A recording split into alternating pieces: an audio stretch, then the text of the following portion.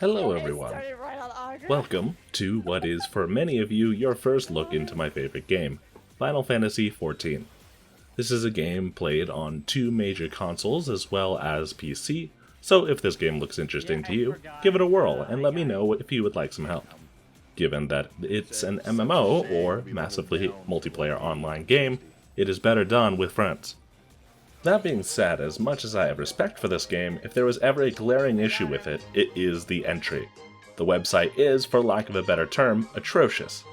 Trying to sign up for it has many potential trip-ups that can cause issues. I'm here to alleviate some of these issues to the point that even those that would consider themselves technologically challenged can successfully install and play the game. Let's begin.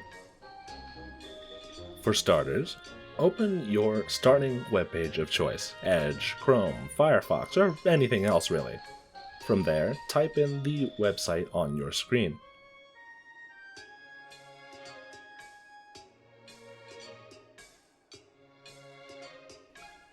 After landing on the page, select Sign Up Now. Ignore the left side of this page that comes up, because for the purposes of this presentation, we will be assuming that you do not have a Square Enix account. Enter all of the information that it asks for and pick an account name that you won't be embarrassed by years in the future.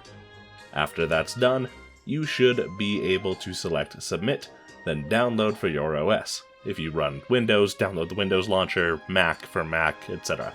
And click on it once it's downloaded.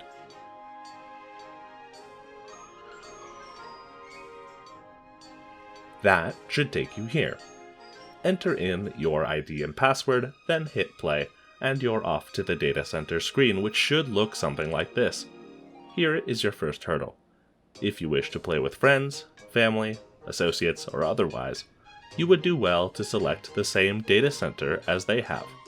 Without doing this, playing with them gets more complicated, though it is still possible.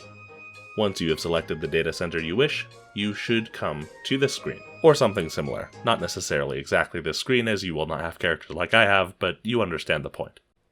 The rest is fairly simple. Click the New Player button, go through all of the steps and customize as much as you like, and continue on to start your adventure.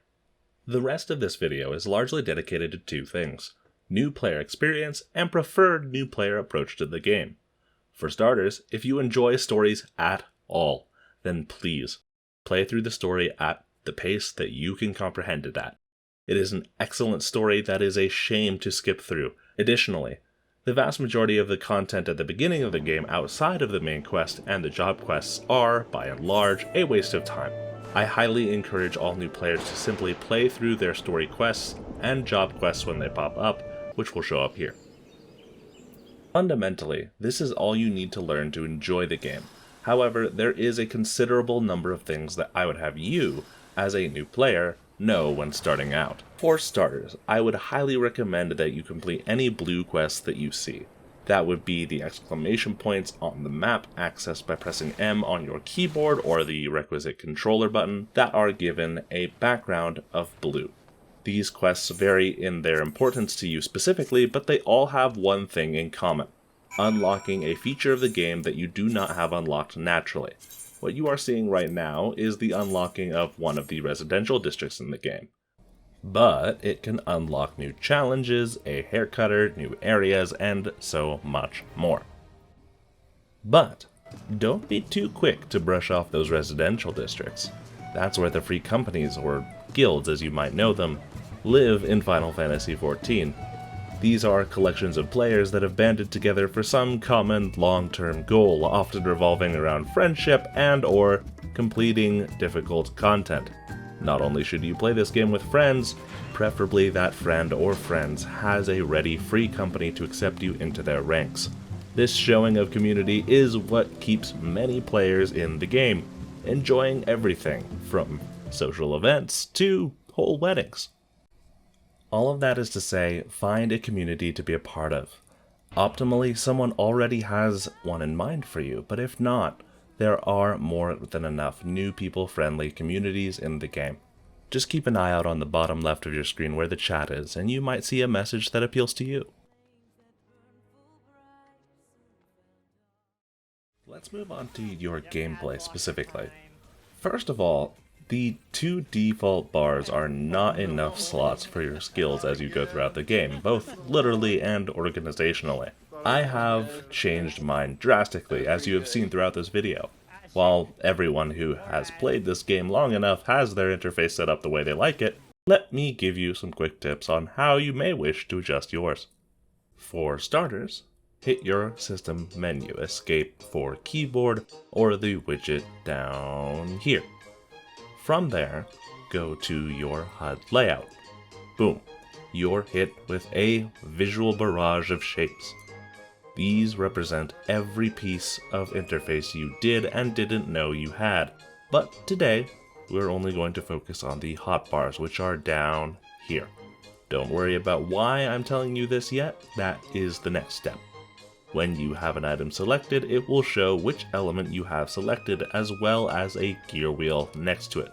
We are going there. Here you can change almost any aspect of the hotbar.